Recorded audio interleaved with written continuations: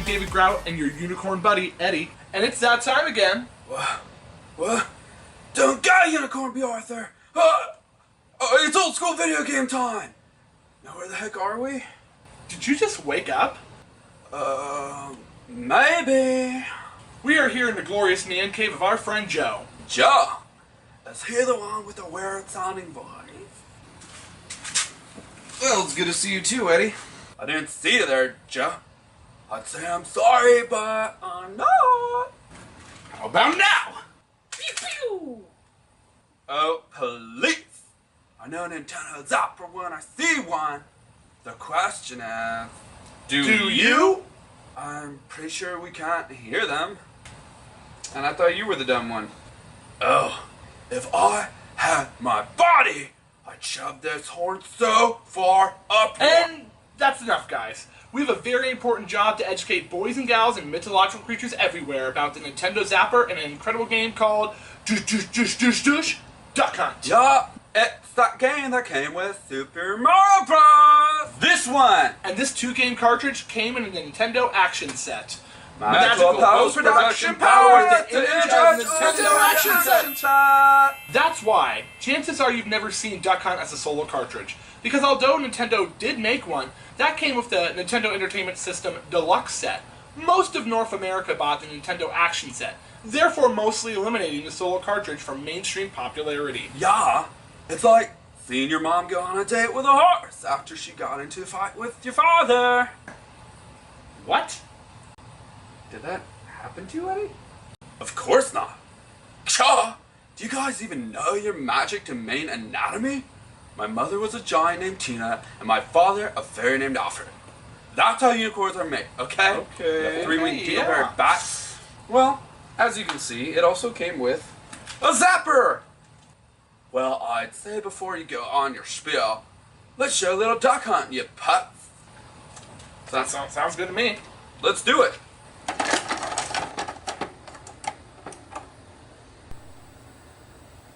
As you can see, we have the option to play Super Mario Bros. Or Duck Hunt. And look, our cursor is Mario or a duck. You guys are so stupid. Oh my god. I swear I wonder why I hang out with you guys. As you can see, it can be 1 or 2 player. You can play clay shooting as well. Let's start with some 2-player. And I guess I'll be the one playing since I have a buddy and you don't.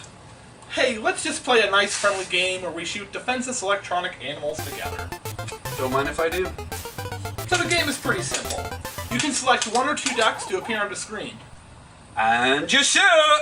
But you only have 3 shots, so choose wisely.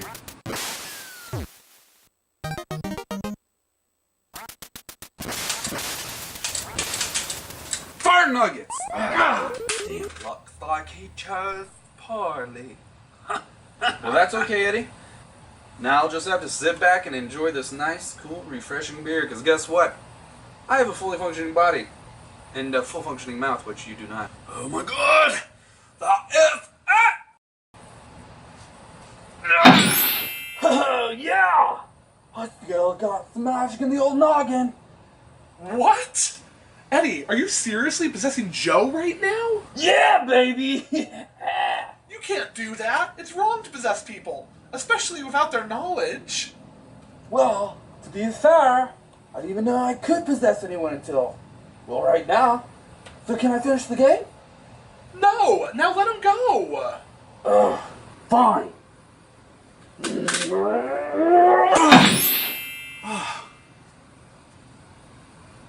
What just happened? You should drink more responsibly.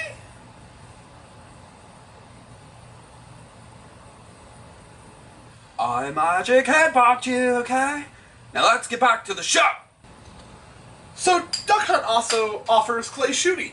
So before, with Duck Hunt, the challenge was to aim and shoot an unpredictable target. But with clay shooting, the targets are shot out straight, for the most part, and quickly. This makes for aiming at smaller and smaller targets. So already with the game Duck Hunt, Nintendo has found 2 separate ways to engage the gamer with a simple shooting game. Wow! So I have a question. Why are we here playing it on this small old TV instead of our place playing with your new big TV? Well, that's because, Eddie, the Nintendo Zapper won't work on new TVs. What? That's right. In order to understand why, we must understand how it works. Well then, how does it work, you putt? So the Nintendo Zapper has a photodiode in it.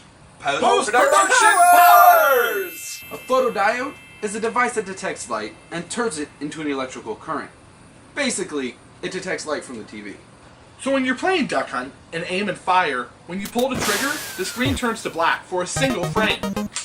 Then on the next frame, the entire screen is black except for the target. The photodiode then senses the light if it is properly aimed at the target.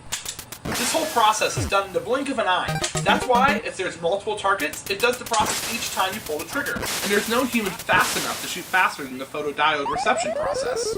Wow! I guess you learn something new every day, huh? Wait, there's more. We still haven't explained why it doesn't work on new TVs. Oh boy. So on new TVs, such as LEDs, LCDs, plasmas, and flat screens in general, the NES Zapper won't work because Lag. the process the game goes through with the different screen goes much faster on current TVs. That's the cost of high def, baby.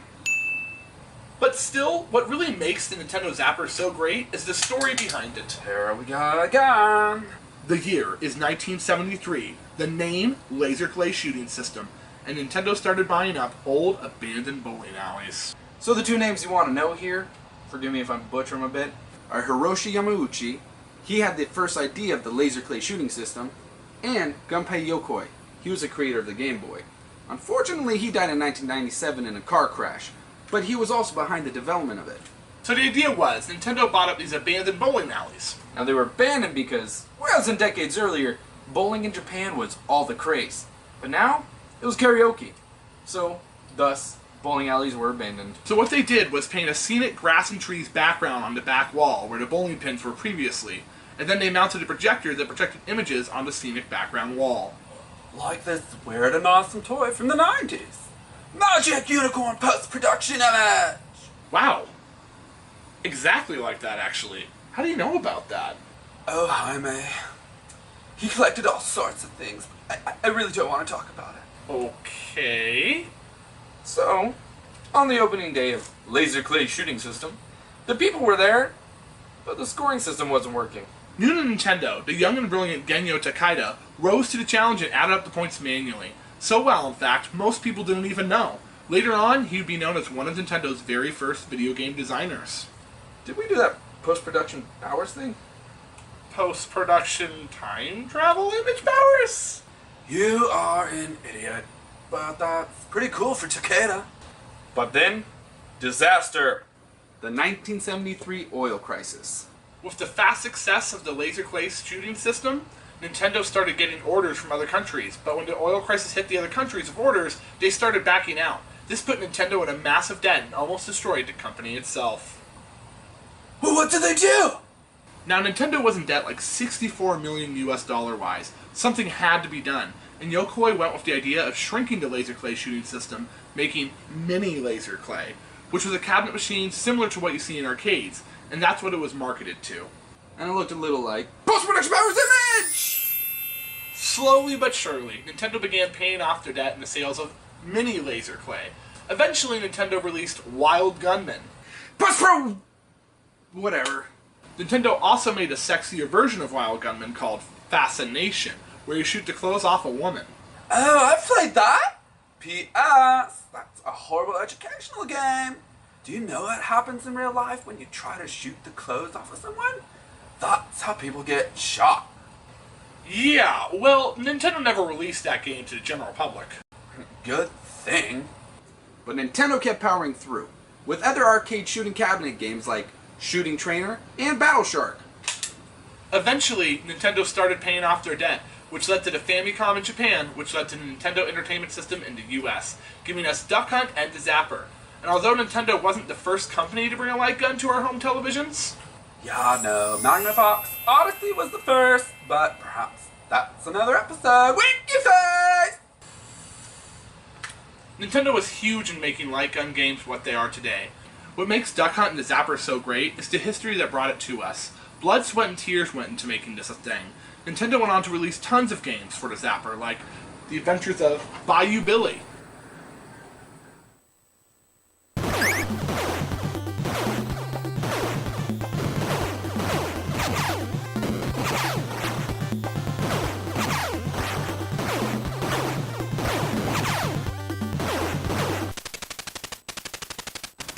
Duck Hunt brought us the adventurous thrill of hunting and firing a gun in the safety of your living room. It's games like these that inspired first-person shooters. Those aren't even popular today. It's the feeling of having to shoot every duck just so the f***ing dog doesn't mock you again. It's the peaceful serenity of shooting clay with a friend. It's using the second controller in Duck Hunt to move the duck around to piss off your friends. No way! What? You can do that? In the end, Duck Hunt taught us shooting things and fake people is just the best. Is that really a good thing? Huh. I don't know. Well, that's it for this episode of Old School Video Game Time. Thanks for watching. Don't forget to like and subscribe us. Oh, and leave those comments. Tell us what games you'd like us to review, and let us know your thoughts. Once again, thanks for watching Old School Video Game Time. I'm Eddie the Unicorn. And I'm David Grau. I'm Joseph Platts. Till next time, stay awesome.